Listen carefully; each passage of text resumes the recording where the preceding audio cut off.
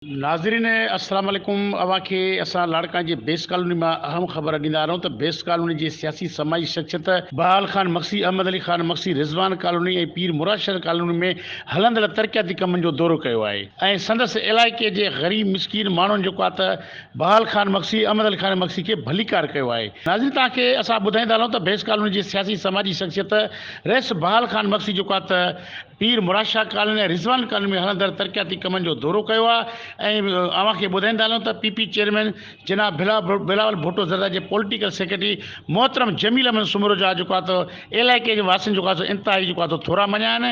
नाज़रीन तव्हांखे लाड़काने खां असां अहम ख़बर ॾींदा हलूं त रईस बहाल खान मक्सी ऐं अहमद अली खान मक्सी जेको आहे त तरक़ियाती कमनि जो दौरो कयो आहे। वधीक रिपोर्ट कयो। नाज़रीन अस्सलाम वालेकुम। अवां खे असां लाड़काने मां अहम ख़बर ॾींदा हलूं त बेस कॉलोनी एट पीर मुराद शाह जे तरक़ियाती कमनि जे हवाले सां मां अपडेट कंदो हलां। रिज़वान कॉलोनी एट पीर मुराद शाह कॉलोनी तमामु हिकिड़ी क़दीमी कॉलोनी आहे।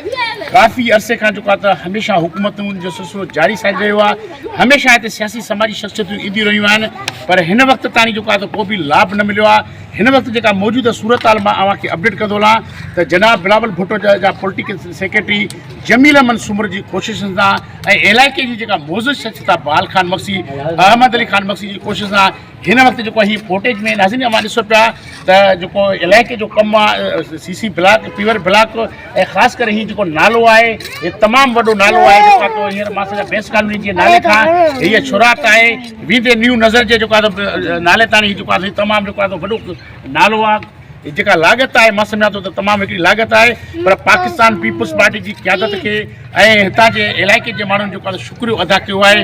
ऐं रिज़वान कॉलोनी एट पीर मुराद शाह जे कॉलोनी जे रहवासियुनि जेको आहे त पाकिस्तान पीपुल्स पार्टी जे पॉलिटिकल सेक्रेटरी जनाब बिलावल भुट्टो ज़रदारी साहब ऐं ख़ासि करे मां अव्हां खे ॿुधाईंदो हलां त जमील अहमद सुमर जी इहे कोशिशुनि ऐं काविशुनि सां जेको आहे त हिन वक़्तु हिन इलाइक़े में जेको आहे त रौनकूं जेके आहिनि से पंहिंजे मंज़र ते अची वियूं आहिनि। इलाइक़े जी जेका मौजूद शख़्सियत आहे रईस बहाल खान मक्सी सां गॾु आहे।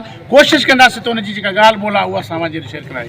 असां शुक्रगुज़ार आहियूं बिलावल साहब जा ऐं जमील साहब सुमरे जा जिन असांखे नाली ऐं पेवर ब्लॉक ॾिनो आहे ऐं रईस बहाल खान जिन पंहिंजी कोशिशि कई उन्हनि जे असां सहारे सां असां हलियासीं असांखे महिरबानी कई आहे, नाली ॾिनी अथऊं, ब्लॉक ॾिनो अथऊं। वधीक साईं जन जा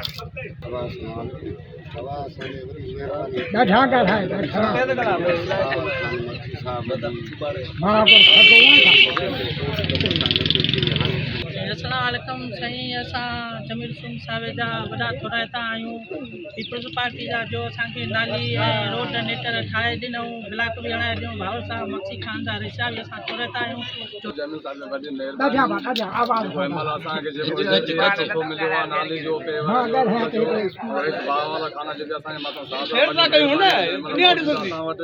ऐं स्कूल जी जेको मेन घिटी आहे इहा महिरबानी कयो वञे असां शुक्रगुज़ार आहियूं। पीपल्स पार्टी जमील साहब जा थोराइता ऐं बहाल खान मक्सी, अहमद अली मक्सी जा थोराइता ऐं उन्हनि जी जिदोजहद सां हे पेवर ब्लॉक घिटी थी आहे।